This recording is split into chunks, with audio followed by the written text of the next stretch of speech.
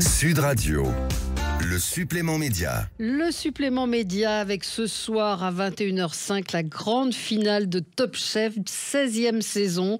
Et on a la chance d'avoir l'un des deux finalistes. Bonjour Charlie, merci d'être avec nous. Merci, bonjour. Vous savez, vous, qui a gagné ? Je suis au courant, peut-être. Peut-être. Bon, vous êtes face à Quentin, qui fait partie de l'équipe de Glenviel. Vous faites partie de l'équipe de Paul Perret. Et c'est vrai qu'il y a eu des épreuves qui ont titillé votre créativité, et en particulier vos Saint-Jacques bourguignonnes qui ont été un des événements, on peut le dire, de cette saison. Ah bah clairement cette épreuve-là, moi j'étais venu pour embêter un peu les copains. Hein. Ouais. Donc en choisissant ce thème-là, c'était un peu histoire de les secouer dans le retranchement. Surtout mon pote Grégoire, où lui c'est vraiment pas le genre d'épreuve qu'il aime faire. Et moi c'est faire des petits plats un peu canailles comme ça, je suis toujours content de les faire. Alors, c'était le côté trompe-l'œil, hein, c'est ça, c'était le thème trompe-l'œil. C'était trompe-palais. Ouais. Trompe-palais, donc fallait faire un plat de viande mais avec une protéine de la mer. Et avoir le goût, la texture et le visuel de la viande. Alors comment vous est venue cette idée? Comment, lorsqu'on est chef, on décide? Alors on va peut-être écouter l'extrait puis on en parle après. Donc vu que la Saint-Jacques a des fibres un peu comme le morceau de bœuf, très filandreuse, mon trompe-palais, moi, ça va être très simple. Bœuf bourguignon de Saint-Jacques. Franchement, c'est inattendu, j'aurais pas pensé à ça, cette histoire de Saint-Jacques. Je vois pas ce que ça donne, hein, franchement. Alors pour donner l'illusion de mon bœuf bourguignon, je veux vraiment le dresser comme la grosse potée de bourguignon. En gros, je vais faire cuire des Saint-Jacques au four, archi séché. Je vais venir les réhydrater dans le vin rouge. C'est la texture qui est toujours le plus compliqué, donc c'est là que tu as peut-être bien joué. Et après, je vais faire toute la garniture très très colorée. Les champignons, les carottes, les oignons, pour avoir le maximum de sucre. Le côté vraiment très torréfié qu'on retrouve dans la bidoche. Un peu de lard avec ou pas? Non, je fais les champignons fumés, très très cuits au beurre, pour amener un peu le côté bidoche des lardons fumés. Ouais. Et après, juste déglacer au vin rouge et la sauce bien montée au beurre. Très grasse. Alors comment vous est venue cette idée? Eh ben déjà l'idée de l'épreuve, moi c'était de rattraper une épreuve que j'avais loupée, donc qu'ils avaient fait avec Pascal Barbeau et Adrien Cachot. Donc moi je voulais refaire cette épreuve-là absolument, parce que j'avais pas pu la faire vu que j'étais déjà qualifié.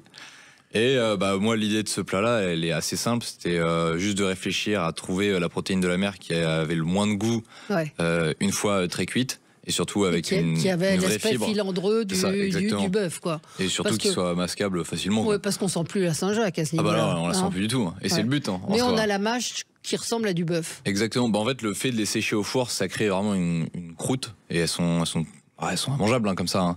C'est un chewing-gum le truc. Mais une fois que vous l'avez fait réhydrater du coup dans le bouillon de champignons et dans le vin rouge, le but c'était de ramener vraiment tous ces marqueurs de goût qu'on a dans le bourguignon, pour oublier vraiment ce goût de Saint-Jacques et même en oublier le goût du bœuf qu'on a habituellement et juste avoir tous ces marqueurs qui nous rappellent vraiment ce goût de bourguignon. Alors est-ce que vous avez regardé les réseaux, vous avez vu qu'il y avait autant de fans de vous que de Quentin, vous êtes vraiment les deux chouchous des réseaux, vous avez un peu lu tout ce qu'on racontait?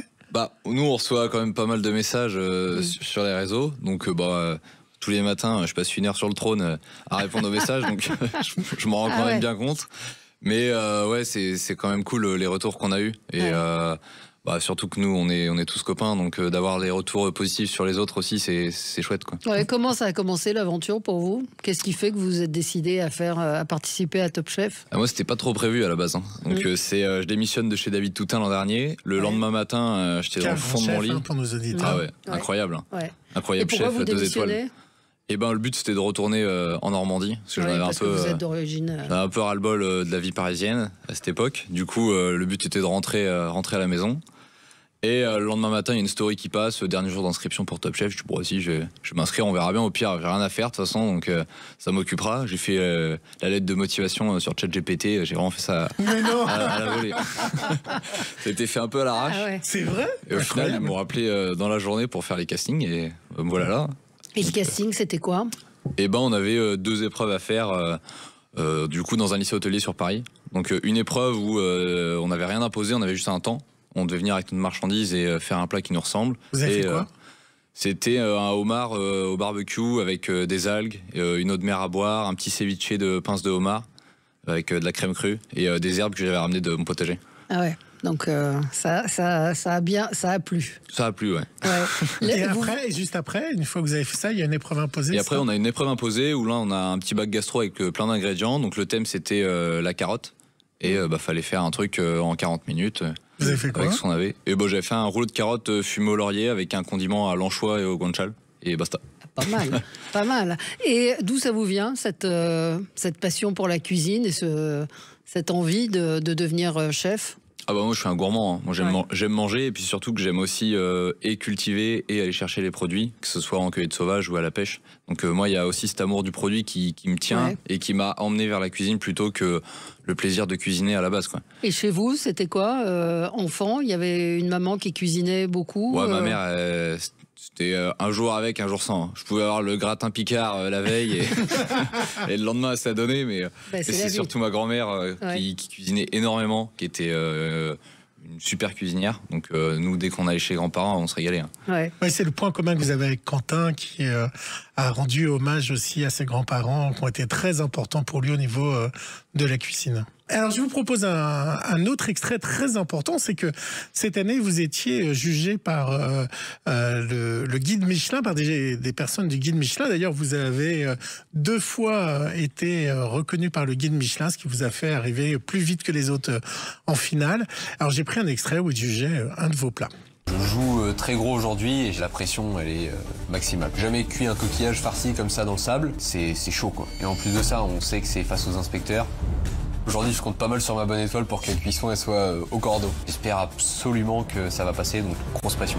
On est sur une pêche à pied en Normandie. Alors là, je suis vraiment parti dans l'idée où, en l'an 3000, qu'on n'aurait rien fait pour le réchauffement climatique, que le sable serait tellement chaud que tous les coquillages cuiraient sous le sable. Et quand on irait en pêche à pied, on sortirait les coquillages du sable et qu'on aurait juste à les rincer pour pouvoir les déguster déjà cuits. J'aime beaucoup l'idée, déjà de base, d'aller cuire un coquillage dans le sable dans lequel il vit pour aller le cuire. Ça me plaît beaucoup. Et aucun n'a trouvé du sable, et alors ils ont adoré le guide Michelin. J'ai eu un grain de sable. J'ai eu un grain de sable, ouais. Celui-là, je m'en souviens, ouais. Il y a eu un petit grain de sable sur un des inspecteurs, mais ouais. Bon. Et donc c'est votre idée de cuire comme ça dans le sable? Et ben là, l'épreuve c'était cuisson instantanée. Donc l'idée, moi, c'était de prendre un truc aussi qui cuit très vite. Donc le coquillage, ça n'a pas besoin de beaucoup de cuisson ni d'une très forte chaleur. Et le sable, c'est un gros conducteur de chaleur. Au Liban, ils font chauffer le café, la cafetière sur le sable chaud. Oui, puis il y a la cuisine aussi dans certains pays où on cuit sous le sable. C'est un super conducteur de chaleur. Donc là, l'idée, c'était vraiment d'utiliser cette protéine qui cuit vite et en même temps la remettre un peu dans son habitat naturel, quoi. Et pour revenir au Michelin, j'ai lu en préparant l'émission que c'était une de vos obsessions d'avoir une étoile.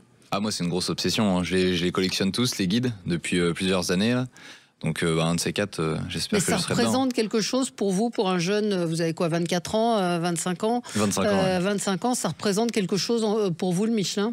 Moi, ça a été la trame de mes 10 dernières années. Ça a été toujours de travailler dans des restaurants étoilés pour avoir toujours cette rigueur qu'on avait dans les restaurants étoilés. Et moi, c'est une obsession de pouvoir en avoir un jour pour moi. Parce que j'ai toujours bossé pour des chefs qui couraient après leur étoile. Donc le but, c'est un jour de courir après la mienne. Certains chefs, au contraire, disent qu'ils n'en veulent pas parce que c'est une telle pression que le jeu n'en vaut pas la chandelle.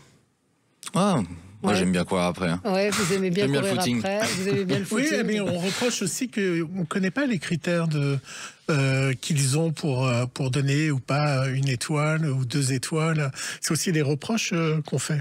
Ah ça c'est sûr, les critères ils sont ultra vagues, hein, parce que c'est très personnel, que ce soit les plats que vous allez déguster, ils peuvent plaire à une table comme à la table d'à côté, ils peuvent rien comprendre ou alors détester. C'est juste de se dire la cuisine faut qu'elle soit maîtrisée, que les cuissons elles soient maîtrisées, que les accords de saveur ils soient cool. Mais la première étoile c'est vraiment la personnalité d'un chef et en même temps une cuisine qui est très bonne, très bien faite. Le service et le lieu sont pas encore trop pris en compte pour la première. Pour la deuxième étoile, le lieu, le service est beaucoup plus pris en compte. Puis la troisième, là c'est réservé à Jésus. Donc il n'y en a pas beaucoup. C'est quoi votre cuisine? Parce que là, ce qu'on a vu, c'est des épreuves pour la plupart. Je pense pas que vous allez le servir, le bourguignon de Saint-Jacques? Ouais, typiquement, ça je peux le réutiliser sur un menu déguste. Mais sinon, c'est quoi? Quel est votre ADN à vous, si je peux évoquer ça? Enfin, c'est les produits de la mer, C'est mais, les produits de la mer, est-ce que c'est c'est sûr, hein. de mélanger beaucoup de produits? Vous disiez que vous avez la quête du produit. Moi, c'est vraiment d'aller à la simplicité, de pas surtransformer les produits. Ouais. Ouais, les trucs chichi, c'est pas votre truc. Ah non, la pignole dans les assiettes où on met 25 000 pouces qui servent à rien juste pour faire joli, ça je m'en fous. Hein. Ah, vous allez vous Honnêtement, entendre avec Valérie. Et c'est quoi À l'essentiel. votre plat fétiche? Ce serait quoi? Votre honnêtement, plat, j'en ai pas. vous Et avez justement, encore, je pense que c'est ce qui fait que j'aime cuisiner, c'est que ça change toutes les semaines en fait. Ouais. Refaire un menu pendant 3 semaines, un mois, au bout d'un moment, moi, ça me gonfle. Ah, vous voulez pas un plat signature? Ah non, c'est chiant. Il y en aura peut-être un. Il y en aura peut-être un. Ça secoue un peu. Oui, mais il y en aura peut-être un qui va s'imposer. Ah, Votre but, peut-être à c'est quoi? force avec la clientèle. Hein, C'est d'ouvrir un restaurant en Normandie? Ouais, le but, c'est clairement d'ouvrir. Hein. Donc maintenant, on va voir au fur et à mesure comment ça se présente, les opportunités. Peut-être si vous gagnez ce soir avec l'argent, même si vous gagnez pas, vous allez ouvrir votre restaurant? Ah oui, dans tous les cas. Hein. Moi, c'est l'obsession de ma vie. Hein. C'était déjà le plan avant Top Chef, donc maintenant. Qu'est-ce que ça vous a apporté, Top Chef? Eh déjà, ça m'a apporté des grosses rencontres. Hein. Ouais. On fait des rencontres qui sont incroyables parce que c'est des gens qu'on n'aurait jamais rencontrés hors de cette émission, que ce soit les candidats ou les chefs. Hein. Des gens comme Grégoire ou Charles et Fifi. Ouais. On a presque 10 ans d'écart. Et pourtant, on est tellement sur la même longueur d'onde et sans l'émission, on ne se serait jamais rencontrés. Greg, il était à Cassis, Charles et Fifi sur Paris. On ne se serait jamais croisés sans ça. Et à l'heure actuelle, maintenant, on passe notre vie ensemble et on s'appelle tous les jours pour se donner des nouvelles. Ouais. Et même ensemble, on s'enrichit vachement de la cuisine des uns et des autres. Donc c'est très cool. Et les chefs, un resto à trois. et les chefs vous ont appris, transmis des choses. Vous étiez avec Paul Perret. Et ils nous apportent une sagesse. C'est plus ça, je pense, que des techniques. Parce que forcément, on cuisine pas ensemble, mais ils nous apportent vraiment ce truc de se dire on se calme, on en met moins dans l'assiette, mais mieux maîtrisé. Et juste pas partir dans des folies juste pour amuser la galerie. Ouais. Et avoir des choses qui soient maîtrisées, quoi. Qu'est-ce que vous allez faire ce soir pour gagner? C'est quoi votre menu? Le plan, le menu de ce soir, c'était aussi dans l'idée de faire des petits clins d'œil à tous les chefs chez qui j'ai bossé. Ah, génial. Dont un des chefs qui m'a le plus marqué dans toute ma carrière, c'est Thomas Benadi. C'est le chef de l'Auberge Sauvage au Mont-Saint-Michel. C'est le restaurant qui m'a marqué parce qu'on travaillait avec un potager et c'était incroyable. Et on cuisait toujours les légumes en croûte de sel chez lui. Donc pour commencer le menu, on sera sur une betterave qui est cuite en croûte de sel. Elle sera assaisonnée avec un vinaigre de betterave et géranium, avec en dessous une huître pochée dans son propre jus, un yaourt à la marjolaine. Et basta cosy. Ça c'est pour l'entrée. C'est déjà pas mal. Ça c'est l'entrée. Ça c'est juste l'entrée. Ouais. Bon, et le plat, on va être sur de l'ormeau. Ouais. Et du coup, l'ormeau, c'est le deuxième petit clin d'œil. C'est chez David Toutain. J'en ai bossé beaucoup. J'en ai tapé pendant des heures dans le sous-sol. Il faut les taper. L'ormeau, c'est dur. Si on les tape pas, c'est un bouchon de liège le truc. Hein. C'est imbouffable. Donc, ormeau avec que des algues à manger. Donc, on va avoir 8 algues différentes dans le menu. Dans cette assiette-là. 8 algues différentes. Voilà.